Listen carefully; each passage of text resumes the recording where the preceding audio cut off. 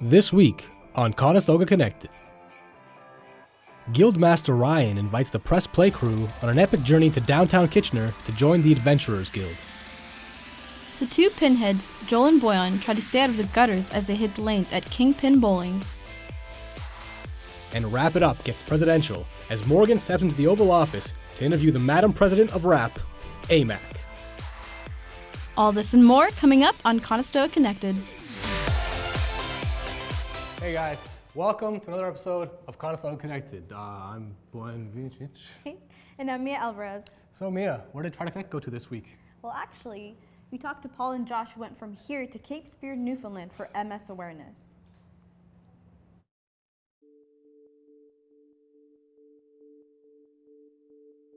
Multiple sclerosis, a neurodegenerative disease of the central nervous system.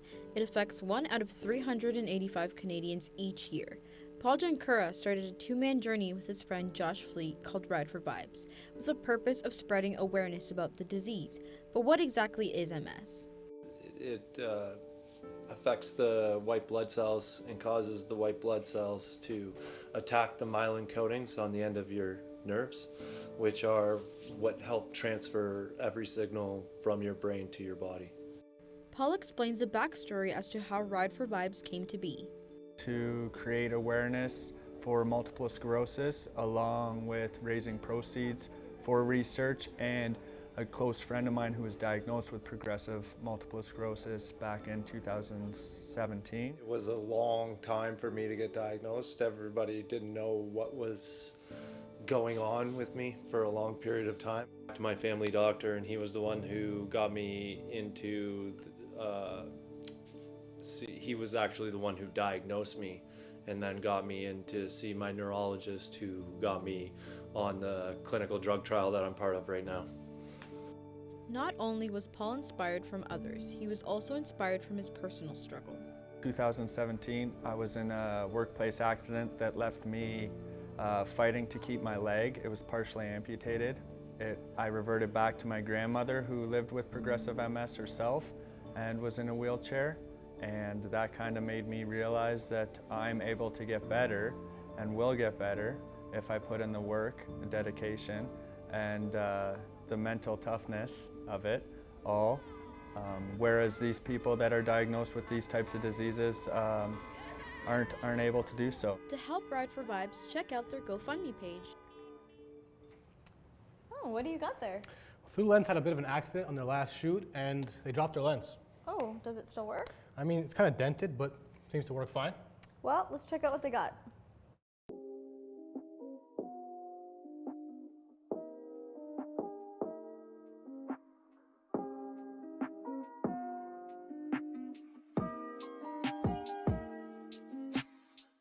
Hi, I'm Travis Silver, and on this episode of Through the Lens, we're here in Uptown Waterloo with the Hanimex 80 to 200mm f4.5. The Hanimex is a macro lens, which makes it better suited to getting highly detailed, focused shots. This episode, we grabbed photographer and videographer Evan Yanta, and Dangraj Govind agreed to come out and lend his modeling skills for our shoot tonight. My name is Evan Yantha, and I'm a freelance photographer based out of Kitchener-Waterloo. So I've never used a vintage lens. It's very odd to me, like the zoom and just everything about it. Everything nowadays is just automated. You got your autofocus, and this is total manual, and I'm not used to this, so we'll see how it goes. So you can find me on Instagram. It's at Evan Yantha, my name. So that's where I post a lot of my work, and yeah. A freelance model, and as part of I'm a student as well over here. I used to do freelance or with my friends who's photographers. They like to do some freelance, and if they do some trials, I'll go there and do some stuff. That's it.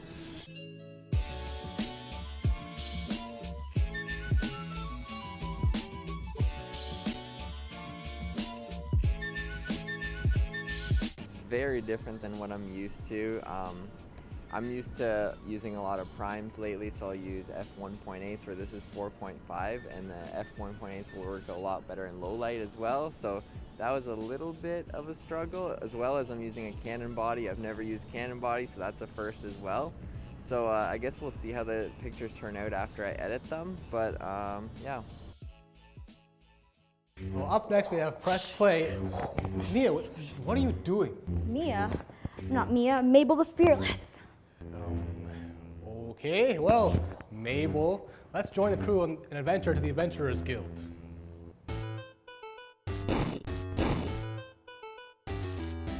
Certified. What's going on, guys? This is Press Play, and today we're checking out the Adventurers Guild. Ryan Leandres owns the cafe and has an undeniable passion.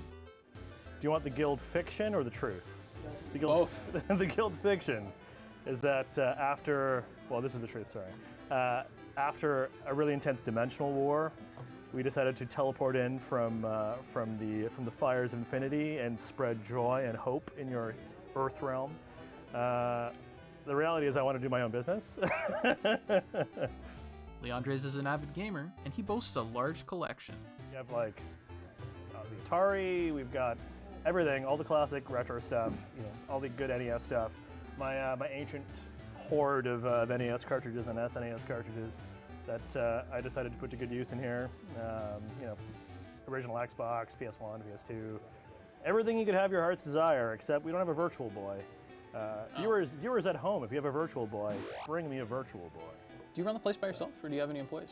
I have employees. Is he here? Yeah, there's an employee. How's it going? Hi, Marcus. Employee Marcus Palmer also chimed in. So how long have you been working at the Adventurers Guild then? Honestly, 2 weeks. 2 weeks? Awesome, dude. I'm brand spanking new to the guild. It's part job, part meeting new people, part talking to people about games which I love, and part making really good food. Just very chill. Awesome. So, Marcus, I gotta ask, you said you're a gamer. Favorite video game? Of all time? All time. I gotta say, so Devil May Cry 3. What about you? Can I ask you a question? Yeah, absolutely. What is your favorite game? My favorite video game is The Legend of Zelda: The Wind Waker. Nice. That is my favorite. Oh, that is such a good one too. And that's been the Adventurers Guild. If you guys are interested in coming down, come on and visit 36 Ontario Street North and play some games. Thanks for watching. What's your favorite radio station? I don't really listen to the radio, to be honest with you. What? But you can get live updates, and the host can keep you company in your car. Well, I guess I did see the guys from Tech Talk went to 91.5 The Beat, so maybe I'll give it a listen.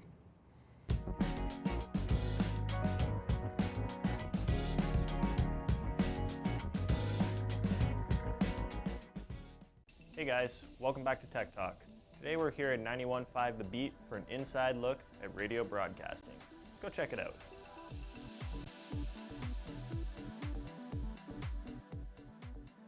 We sat down with the hosts of the New Beat Breakfast, and Kat Callahan shared her thoughts on podcasting in the industry.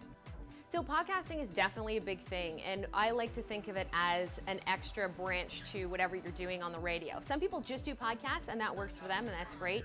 A lot of people I know that are in radio, ourselves included, decided to do a podcast as an extension of what we already do. So sometimes we get new listeners out of that.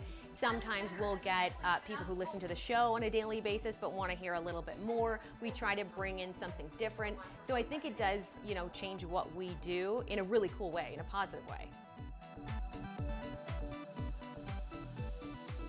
Radio has grown with the industry, and Scott Fox believes it's here to stay. People have been talking about the demise of radio, like I said, for decades. Nothing has killed it so far. Oh, Spotify is going to ruin radio. No, it hasn't. In fact, it works quite well with radio. At the end of the day, we can't program music better than someone else can program what they like. So Spotify has a role, but Spotify's never going to tell you that your campus is closed today, or that the buses are not running, or that there's an accident on the 401 at 7. It's just never going to happen. So there's no way that radio will be replaced. And it also has to do with content. You can find us in a podcast, but between 5:30 and 9, you can't find us anywhere else but on FM radio. Clearly, no matter where technology or the industry goes, radio is going with it. I'm Connor Macmillan for Conestoga Connected. Hey Mia. Yeah? Do you want to go bowling? Honey, do these nails look like they go bowling? Well, maybe I can show you a few tricks. For paint a game this week, went to Kingpin Bowling. Let's see what they're all about.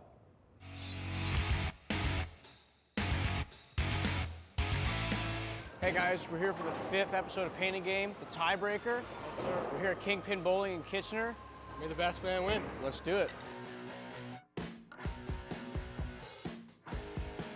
So I'm the general manager. I've been here for almost 3 years, and I help run the Kingpin, the Boston Pizza, and everything fun that happens here.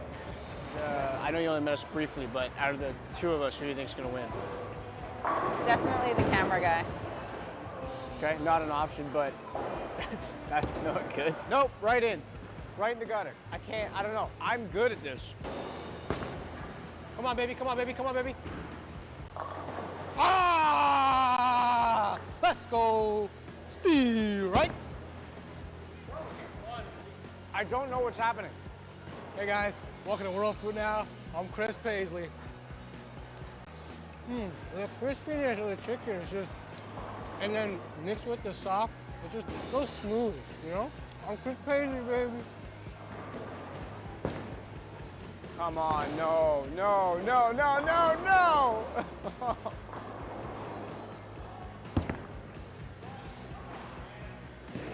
I don't know.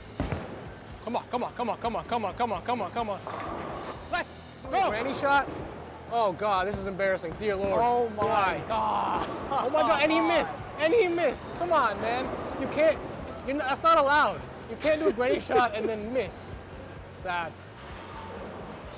An icon fallen before our very eyes. I lost pretty miserably. I got nothing in the first 2 frames. I don't know what the punishment is because Boyan hasn't told me yet. Oh. Painting game. Hey Boyan, what should we get for our Christmas dinner this year? Well, I love South Indian food, and I hear Shiri's Kitchen is pretty good, and they do catering. Do they? Yeah. Let's take a look.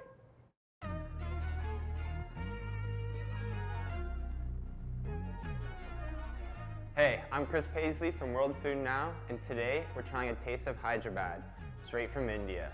I'm here at Shiri's Kitchen. Let's enjoy.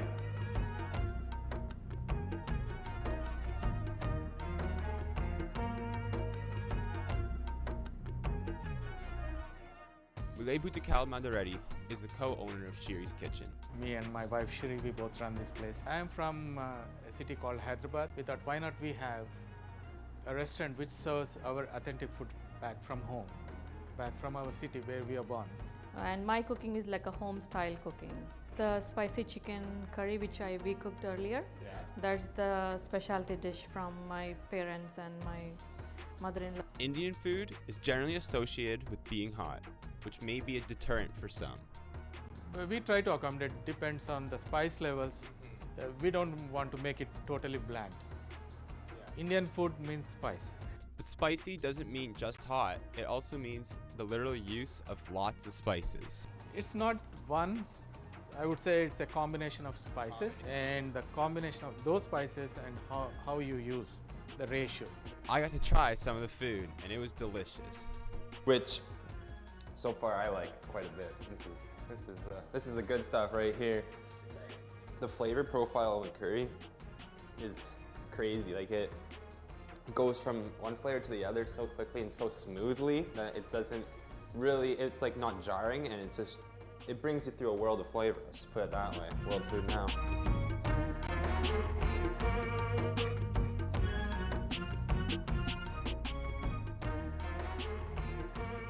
Shiri's Kitchen can be found on 169 Lexington Court, Unit D, Waterloo.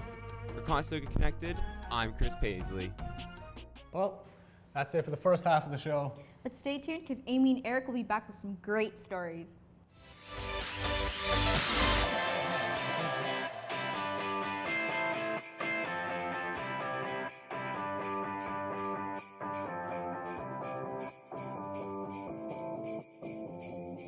Next up on Conestoga Connected.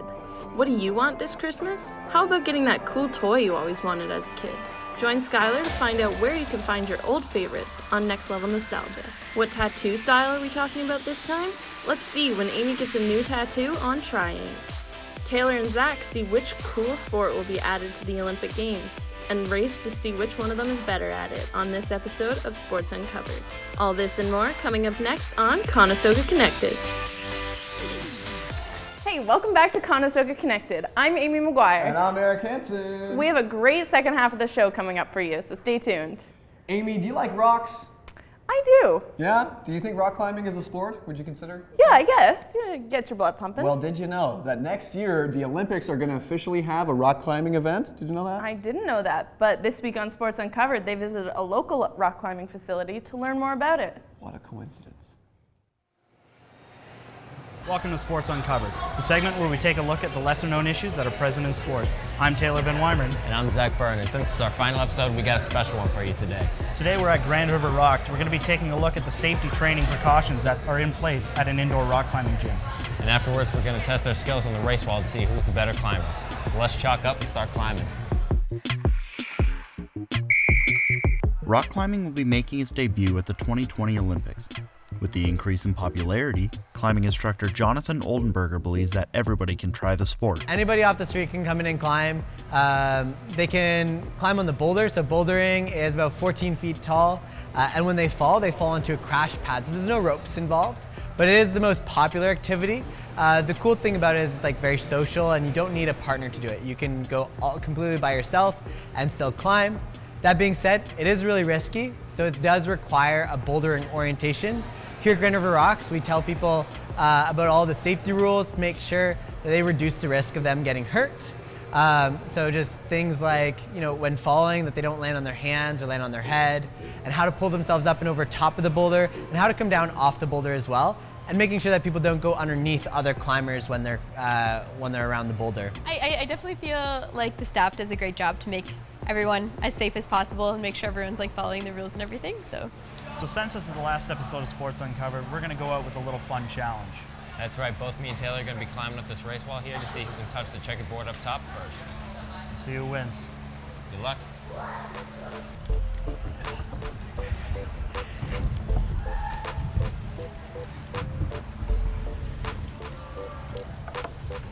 Come on. Man. Thanks for joining us on our final episode of Sports Uncovered. And be sure to come check out Grand River Rocks in Kitchener and come test out your skills on the race wall so you can get as good as this guy here. I'm Taylor Van Weimerman. And I'm Zach Byrne. Thanks for watching. On this week of Eat the Extreme, hosts Zena and Sasha visit Lil Pot. Oh, really? Little Pot? What are they going to eat this week? I'm so excited to find out what they're going to eat. Oh, they eat blood pudding, pig's brains, and more. Oh, that sounds good. Let's watch.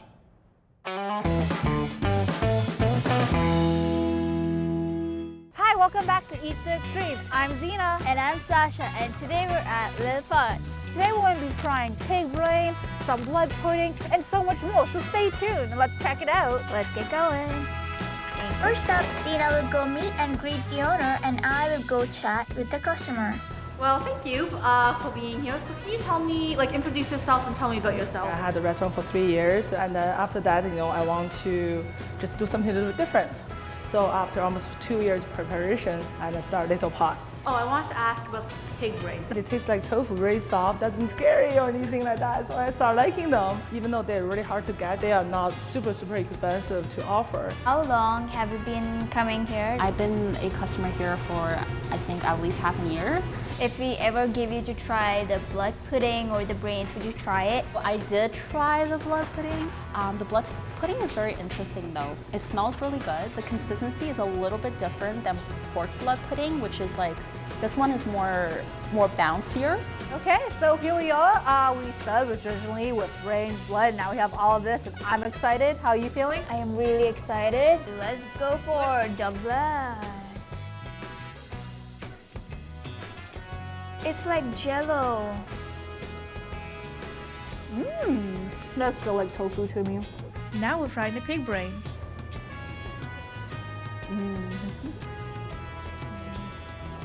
That reaction scared me. Okay, I'm gonna try it. The brains. Texture is just so creamy.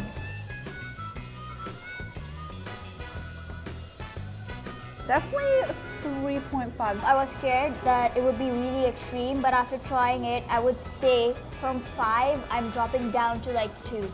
So thanks for joining us. We appreciate you guys watching. We'll see you next time. You know what I mean? It's a pretty slick tattoo. I like it. When did you get that? Oh, you didn't hear? For this week's episode of Try Ink, I went to my favorite tattoo artist in Woodstock and got myself this. Wow.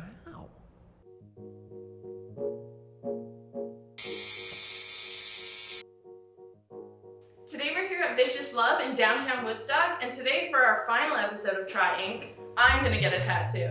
Let's go. Beth Korkish has been tattooing since 2011 and has been jumping around from shop to shop before opening her own private studio about 3 years ago. So first, Beth placed the stencil on my arm to get the right position, and so she has guidelines of where she's gonna be tattooing. Then she makes sure I like how it looks and where the position is. Next, she starts with the line work first, giving her a base to do the shading later. After working in different shops, she tells us some benefits of having a private studio. Just more one-on-one, I think, with the clients. You're not in a shop filled with other people, so it's more like, I don't know, it's really cool. You just get to hang out, and it's all about like my client. I chose not to do color because one of the flowers is supposed to be white, but a lot of white ink in one place doesn't usually take well on skin and can change color with time, so I decided to stay with black and gray. I chose this specific tattoo because it's my mom's and my grandma's favorite flowers. My mom's is the calla lily at the top, and both of my grandma's were carnations, so I just got a few carnations at the bottom. I've been a client of Beth's now for like probably almost 6 years. I think I got my first tattoo in 2014, and that's this one, the mountains and kind of scenery there. I wanted something smaller-ish.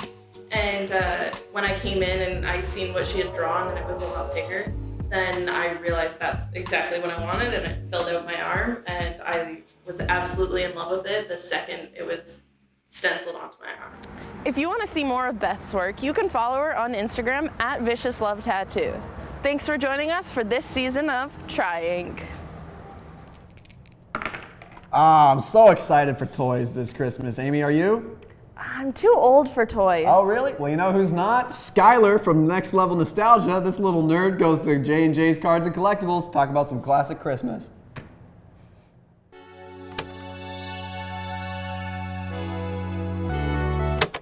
Welcome back to Next Level Nostalgia. What did you want for Christmas when you were a kid? Today at J&J's Cards and Collectibles, we're going to ask some people and find out exactly what they wanted.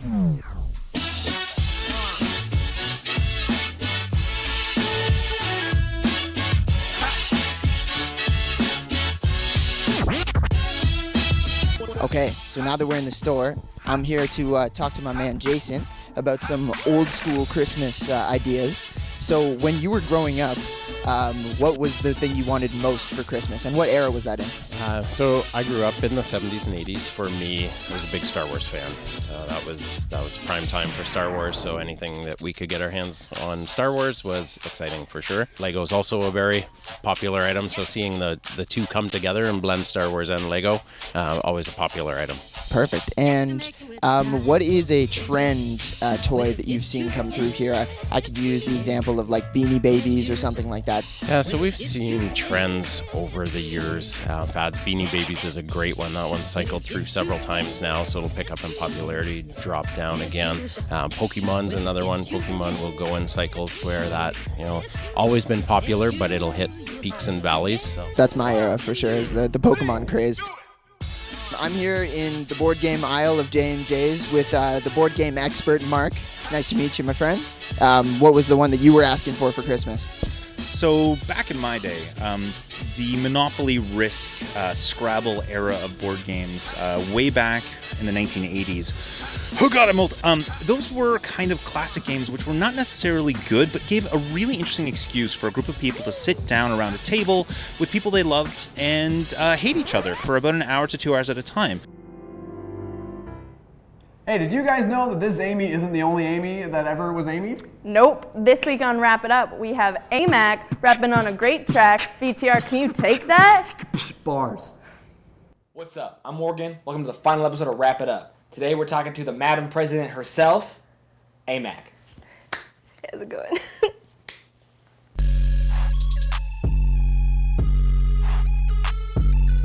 So, what genres do you listen to? What genres of music do you fill your playlist with? So obviously I really like hip hop and rap, but I also really like musical theater. So I find a lot of inspiration from kind of mixing those together. What would you say some of your inspirations are? Who would you say you're inspired by when you're making your music? When I'm making music, so I would say I really like comedic rappers. Lonely Island is a really good example of someone that I really like. I like their music. It's fun to listen to.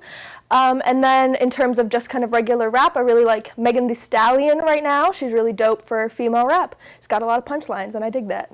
Yeah. There's not a lot of females in the rap game underground. What is it? How does it feel being the trailblazer of Kitchener for Kitchener rap? For sure. Okay. I don't know. I like to make things kind of funny, kind of lighthearted, so I don't put a lot of pressure on that, I guess.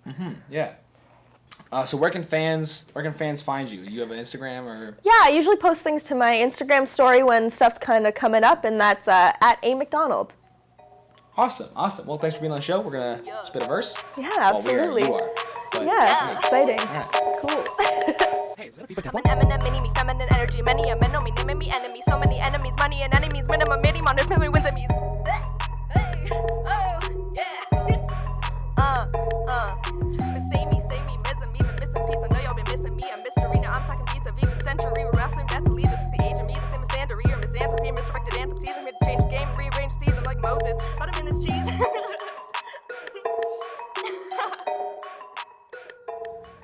Oh man, is that it? Is that all the time we got? That is the last episode, folks. Oh, rats. But wait, there's still one more surprise. Get in here, Boyan and Mia. Whoa. Hey! You guys remember them, right? Christmas is the time to be together. Let's get together. Yeah, it's so nice to be together. Right? Look how together we are. And now we say goodbye together. Goodbye together. Oh, Eric.